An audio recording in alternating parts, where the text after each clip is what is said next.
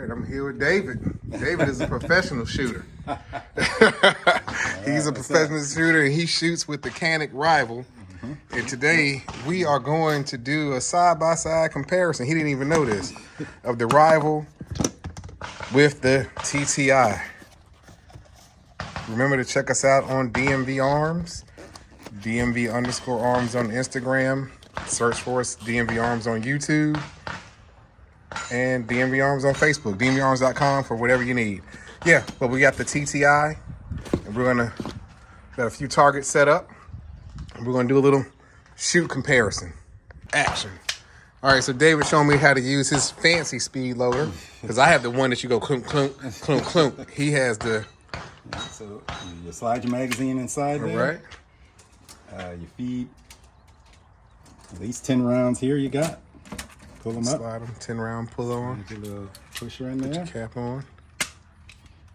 Oh, yeah. And push them on down. Okay, there it is. There it is. You just got to put a little applied guidance on it, that's all. So that's 10 of them in there. And that's how you do it. Nice. Just a couple of those. So I have my Black Scorpion gear belts.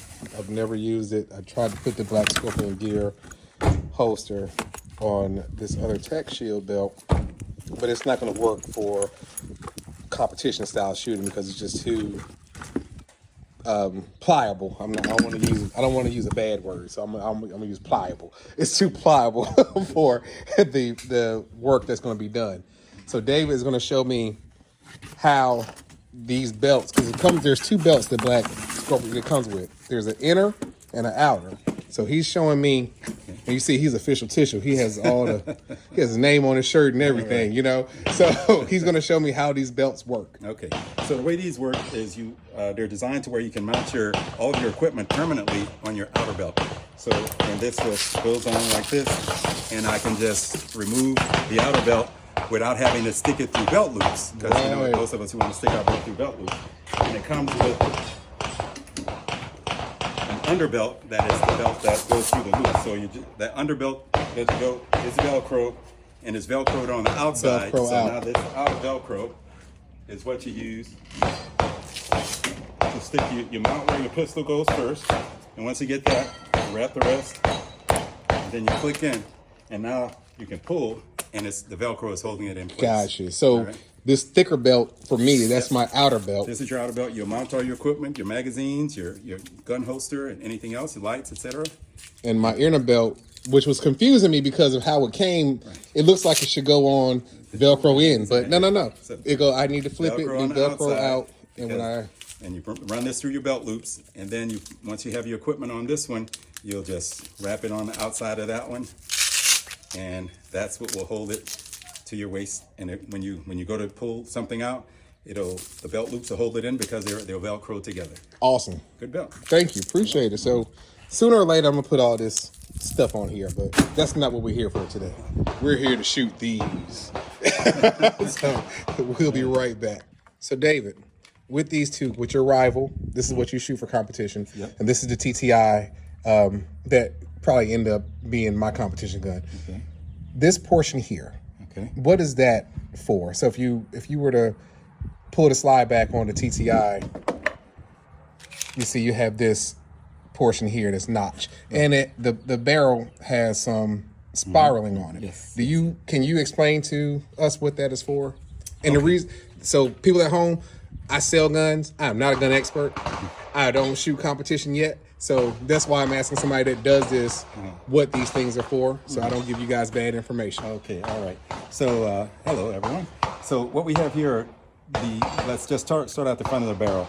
You have a ported barrel on this one, and whereas this is a compensator, and I'll explain the difference. Awesome. The compensator is an add-on to a threaded barrel. So I can screw this on and off. I'll just show you how this one screws off of a threaded barrel. I can put a compensator on this. I can put a suppressor on it, on those threads. Now, the difference between that and this is a ported barrel, and it comes with the tool that you would just stick in the front here. This little port there, you stick it in there, and then you can turn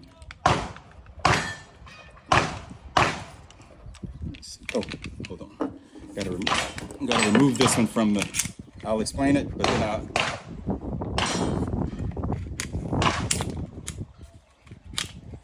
And so, folks, I'm just you know, disassembling it for... my videos are live. We don't practice anything. You know how DMV Army does. We do it live right now. So there's none of this is scripted. David didn't even know he was going to do this today. So to remove the shroud, you have to kind of take it apart like you're going to clean it, and you just push this in there, and then you can turn it. And once you have it turned, you can just pull this off, because I had to take that off to show you that this is an actual port in the barrel. You see that's an actual port there. It functions similarly to this what we call a compensator that threads onto my barrel, but it's built into the gun. So this barrel is actually ported. So, and what the purpose of both of them is imagine when you would use a water hose and you squeeze the jet, it's kind of pushing away from you. Or if you just turn on one of those water hoses that just kind of flies everywhere from the thrust, as you're shooting, that the gases will go up, and that will kind of mitigates your recoil, because as you know, the muzzle wants to rise like this, but because you have those gases pushing up, it kind of helps it stay flat to get that follow-up shot faster, so that you can, because when you're shooting competitions, a lot of times you're trying to get two rounds on each target, so you have to do a quick follow-up shot. So having these either ported barrels or compensators on barrels really helps with accomplishing that. Now, would that port also counter, like, is it the gases coming out kind of pushes the yes, that's back exactly down? what it's doing. So the force of the gases coming out of the gun pushes the barrel and the slide back down to a level shooting position. Exactly. Gotcha. So that's what's going on there. And just a little bit about the you know, they're looking pretty similar here. You see these cuts on the slide. Mm-hmm. Those are called lightning cuts, and that's not lightning not like thunder and lightning, but lighten. They lighten the so it's slide. a weight thing. So it's not as much energy going back and forth when this thing is. And that also helps mitigate some of the recoil. Gotcha. So the muzzle flip isn't as high because you have that lightened shroud. Awesome. Cool.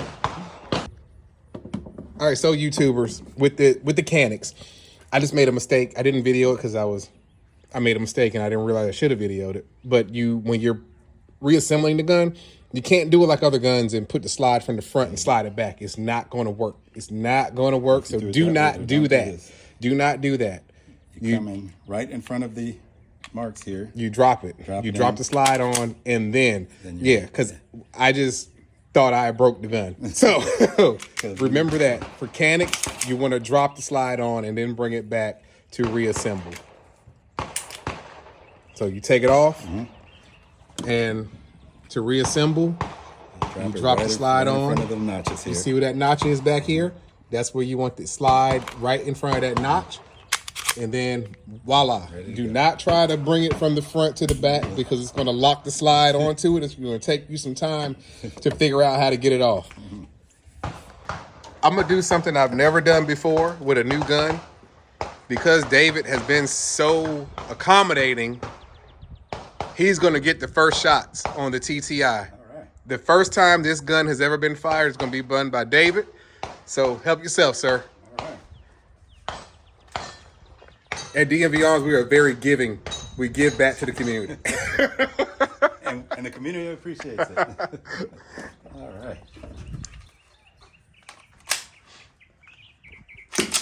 And what I want, when you fire it, let me know how it feels in comparison to your competition gun. Okay. All right? All right. Feels good in the hand for starters.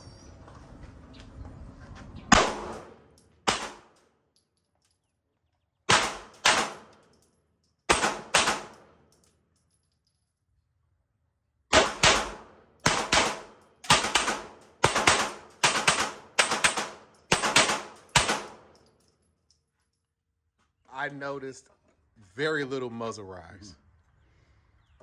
Now let's quickly follow that up with the Rival. Rival. And what has been done to your Rival that's not out of the box? So what's not out of the box on the Rival is one of the things that helps mitigate recoil is weight on the gun.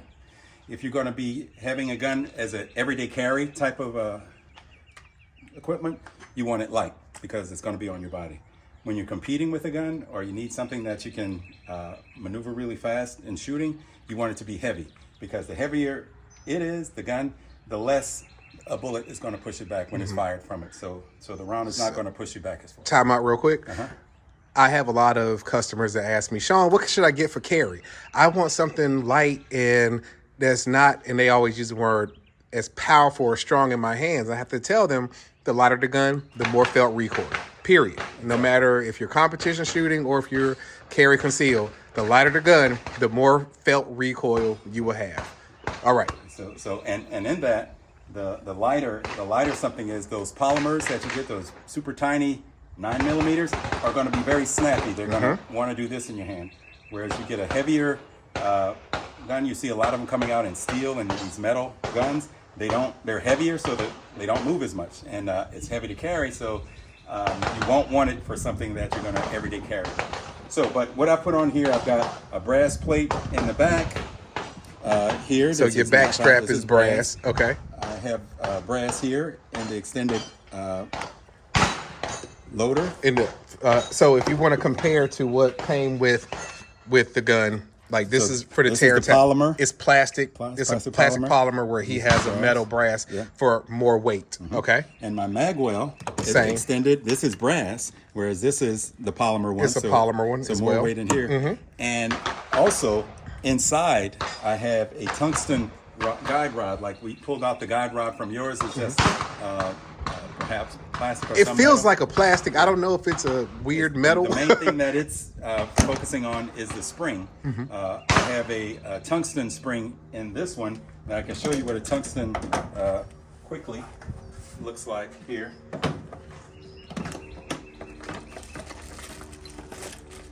So this is the tungsten guide rod. Okay. So it's heavy. It adds weight. I have to put it's not a permanent mounted spring in it.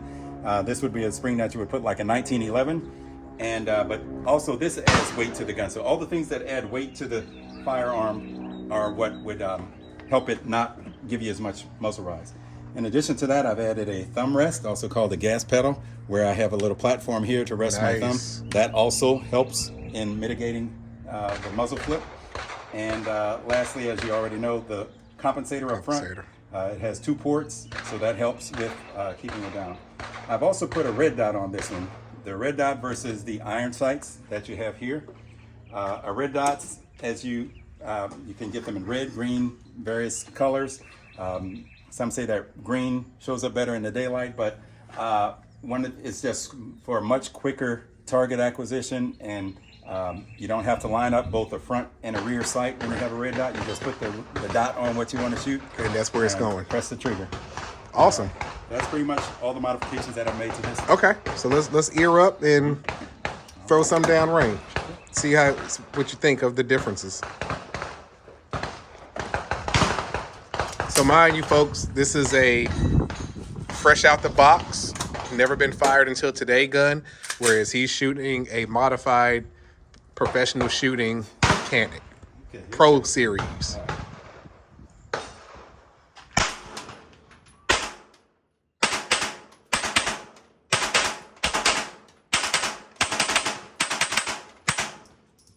Nice.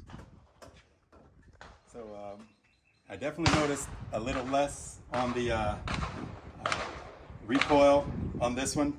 On which one? But they're both on the right. On yours, on the yeah, right. because It's got a lot of things working in his favor, but both 2 very nice shooting guns. I really like the way this one feels in the hand. That stippling on there is really sharp. It's really nice. Easy to grip. Really locks into your hands there. Nice. Got some good areas for you to purchase your thumb and keep it in there. But I'll just offer you this one for free. For those of you who want to shoot faster, this was something I wish I had learned a lot sooner. The main way, or a very helpful way of mitigating recoil when you're shooting, is a simple thing. You might think it's simple, is just locking your wrists. You just lock those wrists where you don't let them move. Don't allow the wrist joint to move. You lock that wrist, whether you're holding the gun tight, loose, etc. You just don't let that wrist joint move. That's skeletal. That will help you not have as much recoil. It won't do no matter what you're shooting. locking those wrists around the when you're in your shooting posture will help you immensely. Awesome.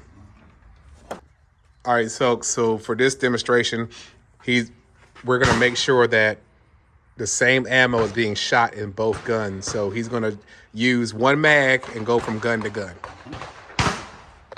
Start with the TTI Tactic, or TTI Combat.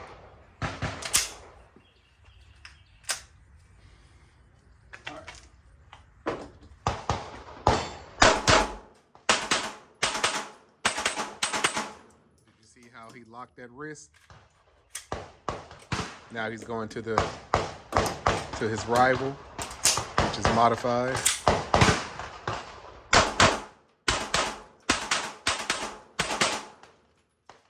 Right. Interesting. Thoughts?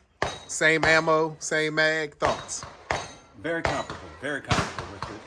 With all things being equal, I think they've designed a very well-performing firearm here. As far as this could take you well into competition, into a home defense weapon, potentially even an everyday carry. It's not EDC. It's not too heavy. You don't have all this stuff going on with it, and it's great that it comes with the ability to just put a red dot on there if you want. And the good thing about this one over the rival is when you replace you take out this area and put in the red dot, you will still have your front and rear sights, so you can co-witness, which is important because dots fail, batteries go out, and then you're left with whatever you have. So if you see it with this particular model, I had to remove the rear sight to put the red dot on. Oh, I didn't even notice that. I see what you're saying. It's not built; it's separate, so you keep those on.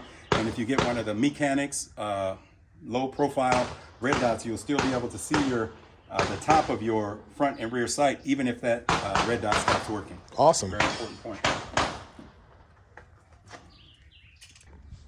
All right, this is DMV Arms' first shots with the TTI, and this is also my first time ever getting to shoot a professional grade gun.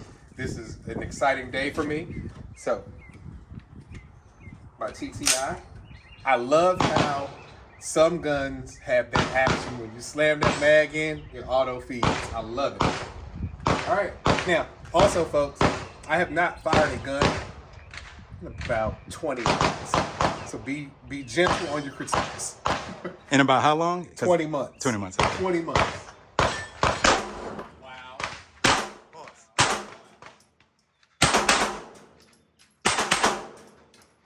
I like it. I'm a fan. I am a fan. So now I'm gonna go to the rival.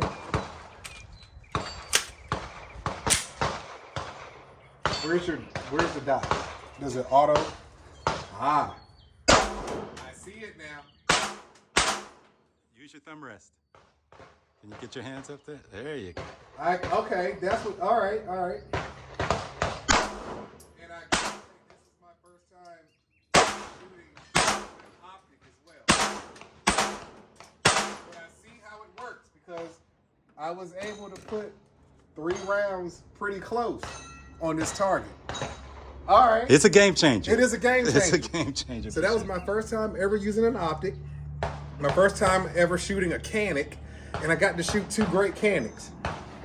This is an awesome day for me. So let me ask you this. Did you notice a difference when you were shooting the two? I did notice a difference. Weight, for one. The TTI was lighter than yours. Mm-hmm. But, you know, in the shooting world, ounces are pounds, basically, mm-hmm. of felt recoil. Mm-hmm. So your gun acquired target in my hand faster than the TTI. Your gun has great mods on it, too. So understandable. But for what I can recall, because it's been over 20 months since I shot a gun, the TTI, I was able to get back on target faster than with my my Ruger. And I'm old. I'm old. Right. My Ruger 89 DC, which is a super heavy gun that I bought in 1994. That's how old I am. Okay. I'm not gonna tell you how old, but in 94 I could buy a gun, handgun. So I was able to get back on target faster than with that. And even with comparing it to my XD, my Springfield XD Elite, it felt like I got on target faster. So I do want to the port compare the two as well. The ported barrel does make a difference. It makes a difference. It makes a difference. I could see the gases popping out on both, which is very cool. A little disorienting at first. It is. You got to get used to it. You have to get used to that. If you're just shooting regular guns, it's a big difference going to ported barrels, and I'm a fan though. So what we're going to do sooner or later today is I do have a green dot. His has a red dot. I went with a green, trying something different. We're going to put this on the Canik. It does have the mount right now for a rail system, but we're going to take this mount off and put it on the TTI. So you'll see that soon. All right, folks, welcome back. So now we're going to do some optic work, and you just showed me something I didn't realize, that the little star wrench goes in the front. I didn't even know that. I was like, do we need to get the Canik comes with a lot of the Caniks come with a little pistol wrench that has the little screws in the bottom of it, and you can just close that up, and then you just fit the bits.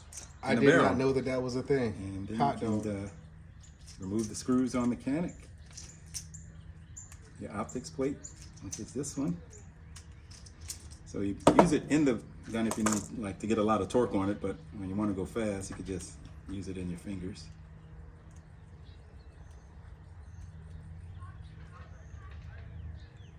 And this is all, we're doing this off the fly. We don't even know if we have the right plate to make that optic work with this gun. And one thing before we get too far, as with use, we want to make sure that we have a empty firearm. So you can see that. And let's go in and take the slide off. Cool. So slide is off, gun is empty. Okay. Spring is out. Matter of fact, we'll just leave the spring and barrel in so we don't have to remove that ported piece. Okay. And we know it's empty. So this Canik came with 2 plates for optic mounting. We're going to see if it works with the Viridian RFX 11. I'm going to take the rail plate off the bottom of this once I find the right size wrench.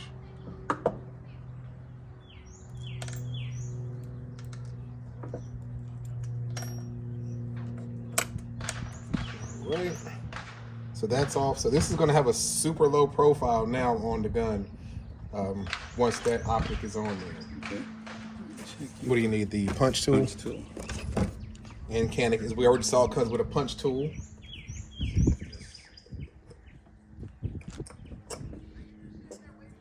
Not quite sure how this piece comes off. Does it punch out from the bottom? No, it punches out from the bottom. Yeah. And DMV arms, baby, we do it on the spot. We don't know what we're doing. It's always an adventure. Yep. All right. So does it? We do have the ability to do that without a plate potentially, and that would give you the ability to co-witness even without a plate. The screw holes match up, if you will. Do they do? Okay. And now with these plates, does it matter? If you want to go with Because it came with 2. Oh, this is even better. So you can, so on.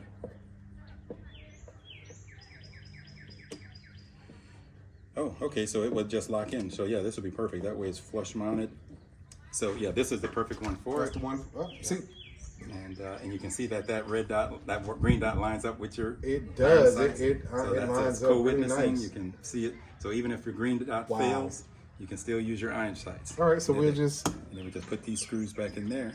So we'll use the screws that came with the Canik and not the ones that came with the. One thing is, I'll just point out to you while we have it open. Okay. Is going to kind of be a point for you. Your battery is underneath. Correct. So to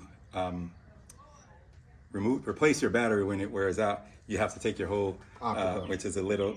Some folks don't like those. Others come with the ability to just take it. You don't have to remove the whole red dot to do it. But this And it may, unless you seat it just like it was before, you may have to re-zero your green dot, but it's a minor inconvenience there. We're going to put those. And hopefully with this thing, it should, I mean, this thing has a few hundreds of thousands of hours of air quote life on a battery.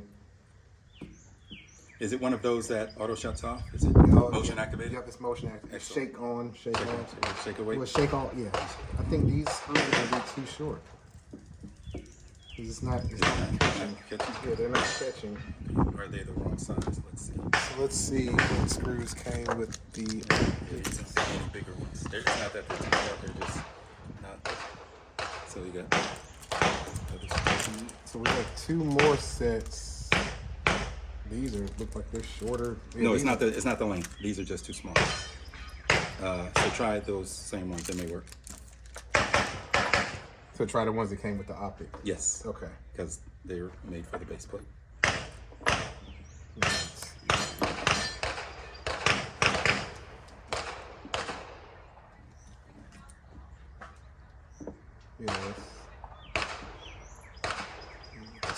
Is it catching?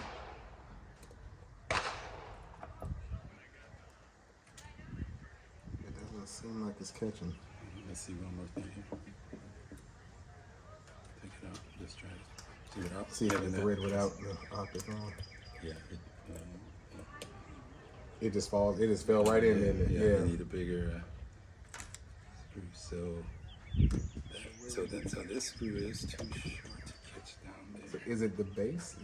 Are there differences in height? Well, it looks like this one's just One just has longer. no. It has 2 notches on yeah. it. It's for bigger, not for small. So. Oh, so these screws, I see. Yeah. These screws were in. There's 6 screw holes in here. The screws that came on Or in the smaller ones. were in the outer, smaller. So Let's check some of the screws that are in here. yeah, See if any of them are. We got some bigger they ones. do here. have larger ones.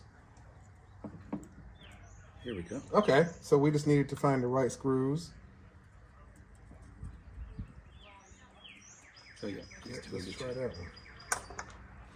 Canik thought of everything and Yes, they put did. it all in the pack. You know, this is one of the reasons why I was like, I need to get one of these things, because they come out the box with almost everything that you would need.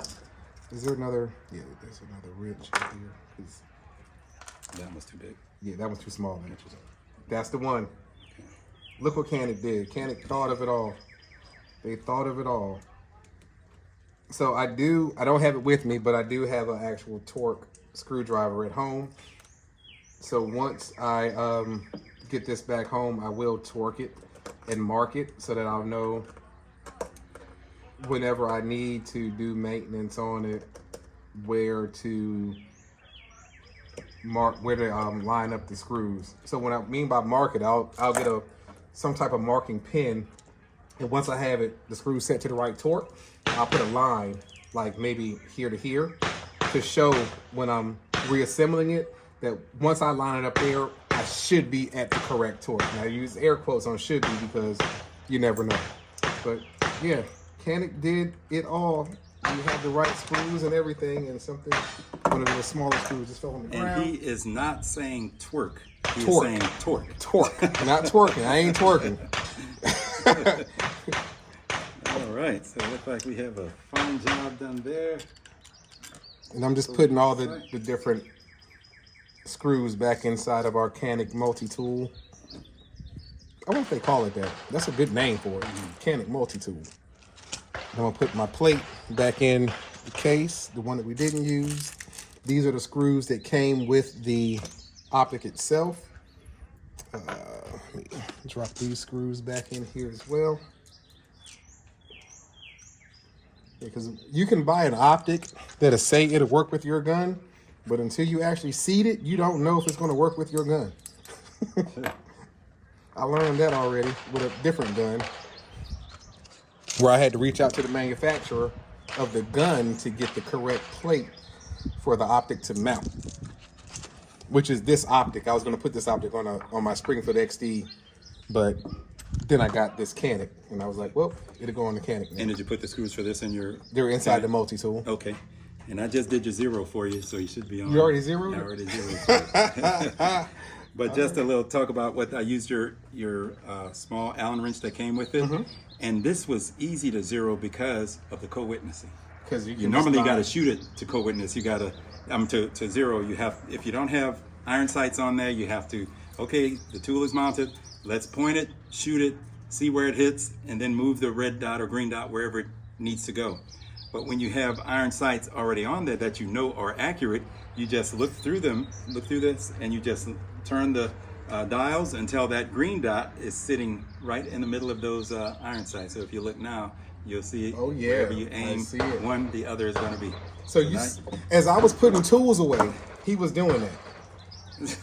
This is why you work with folks that shoot professionally.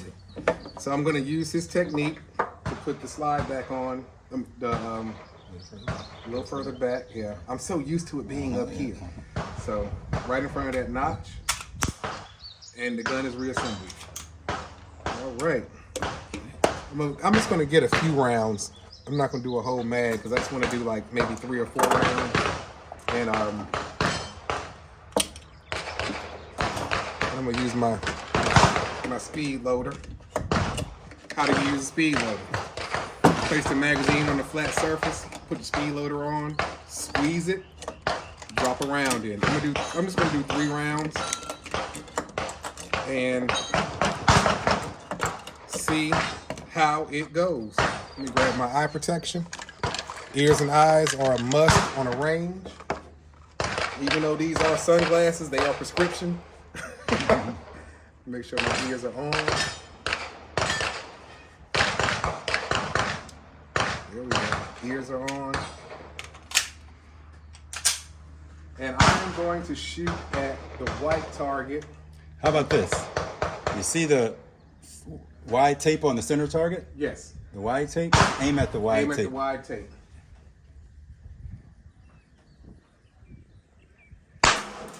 Okay, about 1 inch above. Perfect. Very nice. How'd that work?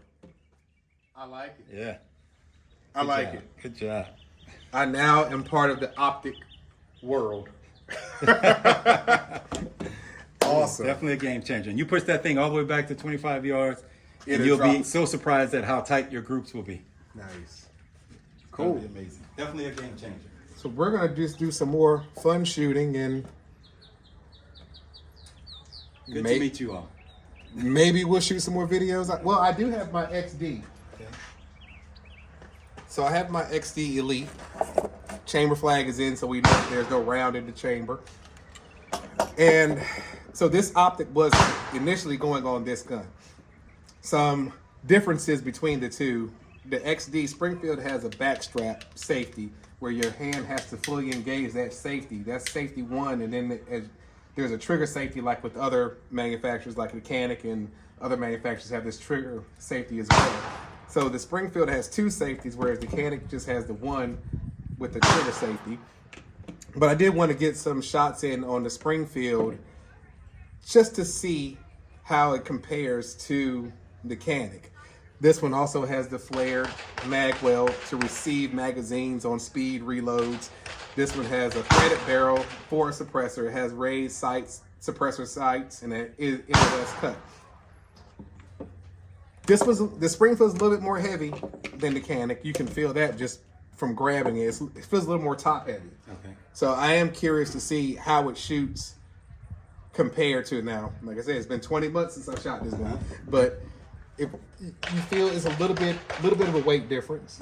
To me, it feels a little more top heavy. Yeah, yeah. So, and oftentimes that's not necessarily a good thing. You want the weight. If you're going to have a lot of weight, you want it in the base, which is why so many manufacturers are coming out with the steel framed guns as opposed to these polymers, because normally you just have the steel up top, but when you have all that steel up there, that's weight that's pushing against you. Pushing and pulling. You need the weight down lower.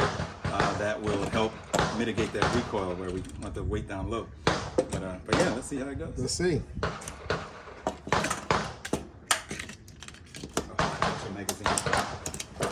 That's your full one. Oh, that's a full Springfield? Okay. Could you have a Canik one already? Yep. All right. Drop that chamber flag out. And honestly, I bought this gun because it holds 20 rounds. Who doesn't want a 20 round 9mm?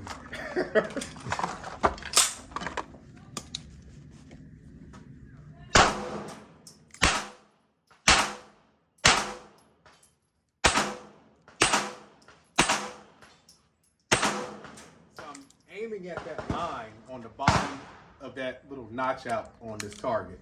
But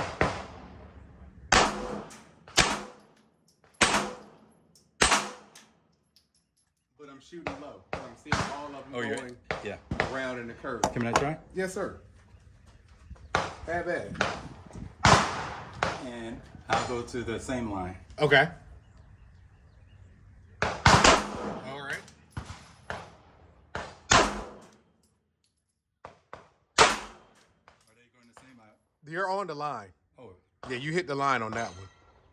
am I right or left? You are. That one was low center. That's a little. That's about an inch that's low okay. center, ish. That one's a little bit lower than the first one. You're damn near on top of the other Yeah, one. with those particular high sights, it's it does throw you a little bit. Yeah. The thing about these, what you're going to get is you got to look at height over bore. That's normally a phrase that is used when you're shooting rifles with a scope.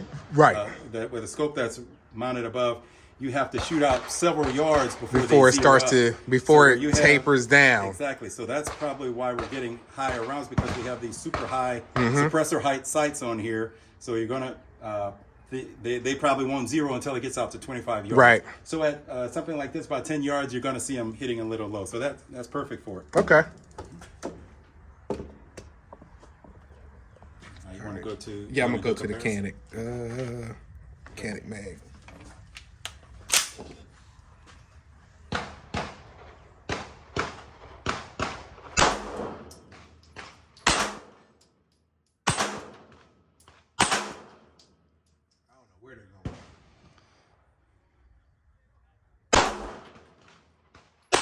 Which one you're aiming at?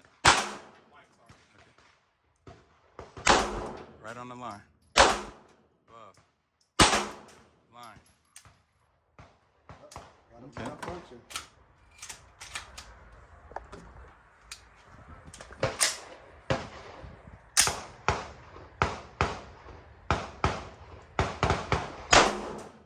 noticed I had to turn my head. Oh, maybe it doesn't like these rounds. What rounds are these? S&B.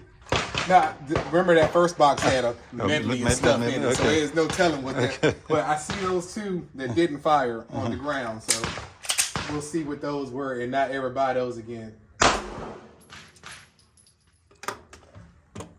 All right, range is clear. Range is clear. The only ones out here is this one with that funny tip on it. Yeah. It was these two that didn't shoot. Now let me tell you, I mentioned in my old Ruger P89 DC that I bought in 1994. That thing will shoot anything you put in it. It doesn't care. It's not picky about ammo. If it has powder in it, it will run. Okay. All right.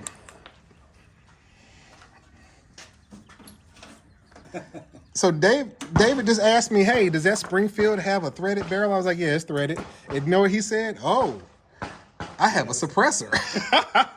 I was not expecting to see a suppressor come out of the box today. So let's do it. What do you have here, sir? So this is my dead air. Dead air? All right. And my 9mm from Dead Air is a manufacturer. And that's just so how, it basically just threads on. And we have a thread protector here on the Springfield that we can just screw off. Will this fit your Canik? This will fit all any 9mm. yeah, Okay. With the 9x20 that have that thread pitch on it. And I may have misstated the thread pitch, but yes, that's. Now, that's where this, why you would want to have these super high sights on there for a gun where you will have a suppressor on the front. Because to be able to see your target, you need to be a little bit elevated to be able to see over that long, now with the super long barrel that you have. So when you have a, so fortunately enough, you have the suppressor high sights on it. How long is that suppressor? This one, I have it in its full configuration here, and it's about 9 to 11 inches. Maybe? When you say full configuration, break that down for us. It's modular. I can separate this. I can take off some of these if I wanted to get it shorter. I have a total of, let me open this up so that we're all, well, there's nothing in the mag well, nothing in the chamber. So we can take off and make it shorter. Like I can take off some of the baffles. So we're seeing, okay. So you see, any of these are segmented all along the way. So each one of these segments is a different piece of a baffle that you can take off. Yep, and you see they're all numbered. 1 through 10. 1 through 10. So it looks like just using the simple old school math of your first notch of your finger being an inch, it looks like each one of these notches in the barrel is a half an inch. All right. So we can make it shorter. So if you wanted to put it on a smaller weapon, you can take some of the barrels, some of the baffles out and make it a shorter configuration. But it's most quiet when it's in the longest configuration. Because you have more baffles catching more of the sound and more of the gases. So, all right, cool. All right, so let's put our ears on. Ears on. But though we won't need them as much for this, exactly, we'll need a magazine for this guy. Got a magazine full right here for you. Right. So you guys heard. Let's do a comparison of sound. So I'm gonna put 2 rounds or so in a Canik, and we're gonna shoot a Canik, and then shoot the suppressor. Okay. So I have 2 rounds. Why don't you stand right over here, right there, perfect. All right. And can you guys see me? Yeah, you can see me. Tell you what, do we want the quieter one to be closer or farther away? Which one do you think? Let's do quieter, closer. Okay. And you want to shoot that one? How about that? I'm gonna let you shoot this. Oh, we're gonna switch together. Okay. Oh. Yeah, I just didn't want to. I didn't want to cross. Gotcha. Okay. All right. Gotcha. All right. All right. You ready? Set. So the quieter gun is closer to the camera. I'm further away with the full sound. So I'm going to do 2 shots, and then David's going to follow up.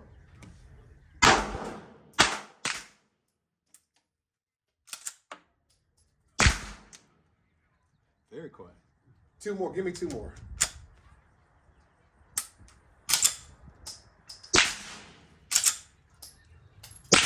So now, go ahead. I just wanted to talk. I was talking to my brother earlier about lighter springs. Right, exactly. And exactly. Here's an example of why Canik thought of everything when they put together this, and I'll just kind of do the turn. Is it in here? Yes. Canik thought of everything when they put together this TT Taran Tactical Combat. They even loaded in a lightweight spring for situations like this when you are using, you're not getting as much recoil coming back because you have something here that's mitigating your gases. You notice that I had to eject the rounds out of here because it has a full weight spring inside of this configuration. And Canik provided us with a lighter weight spring, so when we're shooting something like this, we can just put that lightweight spring in there, and it will automatically allow you won't have cycle. to cycle by hand. Right. And what a lot of folks don't realize is when you are shooting suppressed, your gases aren't pushing the thing back as hard. Even with rifles and things of that nature, you have to have the right ammo, and especially with something like where you have all the baffles. You're trapping a lot more gas than a shorter suppressor, or with those suppressor, all those gases are pushing that slide back aggressively. So and it's the notion that it's just added weight. Yes. It's added weight on the. Make sure that we get this clear here.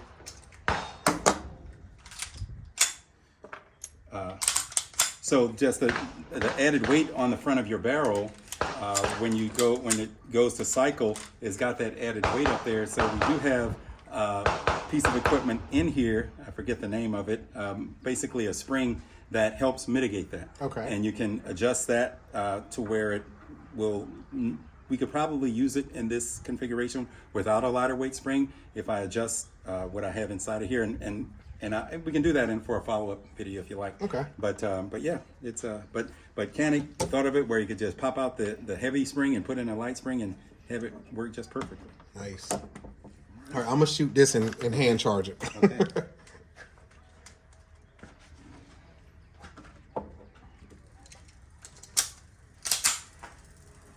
It adds a lot of weight on the front end.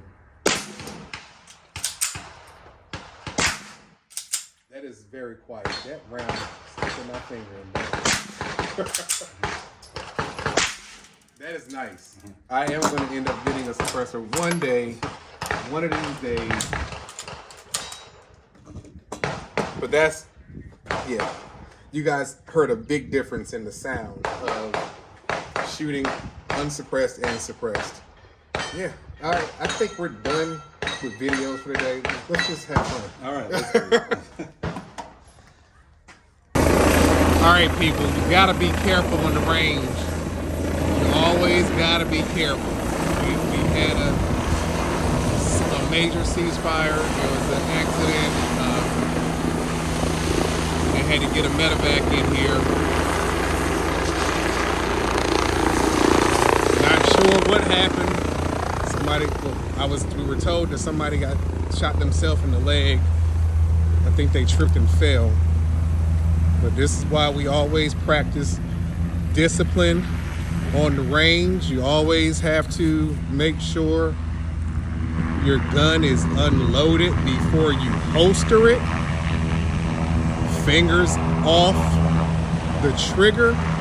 You only touch your trigger when you are sighted on a target, because we don't want this to happen to anybody where you have to get medevaced because of an error.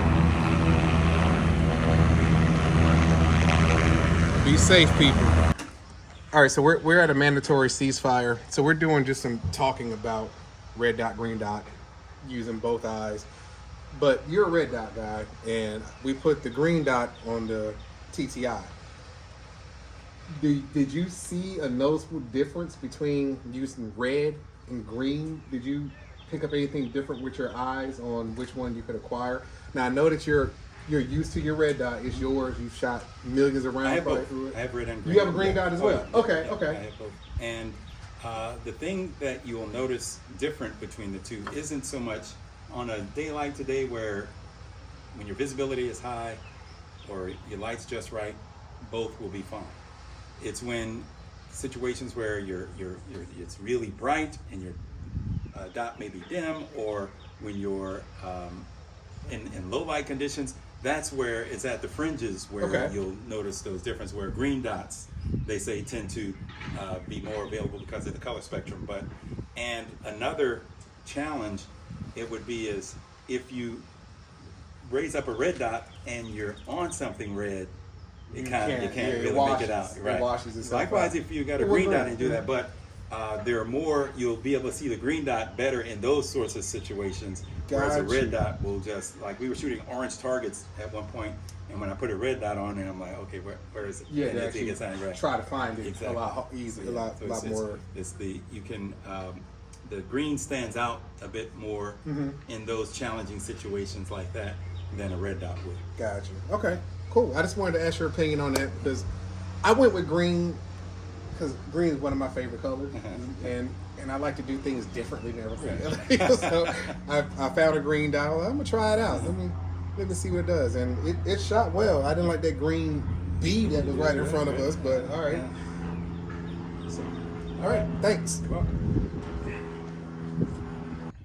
All right, David, I got a question for you about competition shooting, and we'll use the Rival. I'm gonna put a block in it, a chamber block, so we know that it's a TTI tactical. Yeah, we're gonna use the TTI combat. Okay. So when you're in competition, when you guys you're at the ready, you're like this, right? And then your gun is on your side, whichever hand you use. When you draw, are you a shooter that does the knee squat, Are you a straight up? Are you a? Is there a technique that you should use for competition shooting to maximize accuracy and speed? What's your take on that? Okay. All right. So, and I'll just say this for not just competition shooting, but shooting period. If you want to be able to shoot accurately and fast, meaning more than one shot. So even in a defensive situation, what I'm about to say is what I would do. So, and most of what you saw today in the competition, we were doing wrist above shoulders. That's okay, wrist above shoulders. The other starting position that they'll give us is wrist below belt. So where we'll come from, you anywhere below your belt, you can have them relaxed at your side, but as long as your wrists are below your belt, that's where you go. And so we practice those two. Other types of, just talking on start positions, they'll have 2 X's on the wall and you'll see hands on marks. But whatever start position is, but let's say this is called the defensive position, the surrender position. Starting here on the sound of the buzzer, I take a good firm grip in my right hand. I put my support hand to it, but when I drive out, I'm generally using what we call the isosceles, which is a full triangle here, as opposed to the where we would have something which is more one arm straight and one arm with a slight bend. With a slight bend, and the gentleman's name escapes me right now, what they call that one. But I will tend to be pushing out, and I will also tend to have my support side leg forward, because by doing this, and I'll tell you just some other things about the structure of my body in doing this. My shoulders are relaxed; they're down, because if I'm holding them up here and I'm doing all this running around, then I'm getting tired. So my shoulders are actually being held down. So my shoulders are down. I keep my head up at the level that I want it to be, and I bring the firearm to my eyesight, and I just basically put that dot over where I want to go. But here, you see, my weight's forward, my torso is slightly inclined forward, because by putting this here, putting all this weight forward, when I get recoil, my body gets to absorb that. You're absorbing the shock. If I'm back here, then it can push me off balance. Yeah, and I've seen it a lot in training classes where people will be here and then they're steadily leaning backwards. But you're doing support leg forward for a little more support and absorbing the recoil. Gotcha. Yes. Yeah, helping you keep that. And again, like I mentioned earlier, one of the earlier videos, just make sure you have those wrists locked and just wait for it, because that will help you get back on target quickly and accurately. Cool. Awesome. You're welcome. Good tip. Thank you.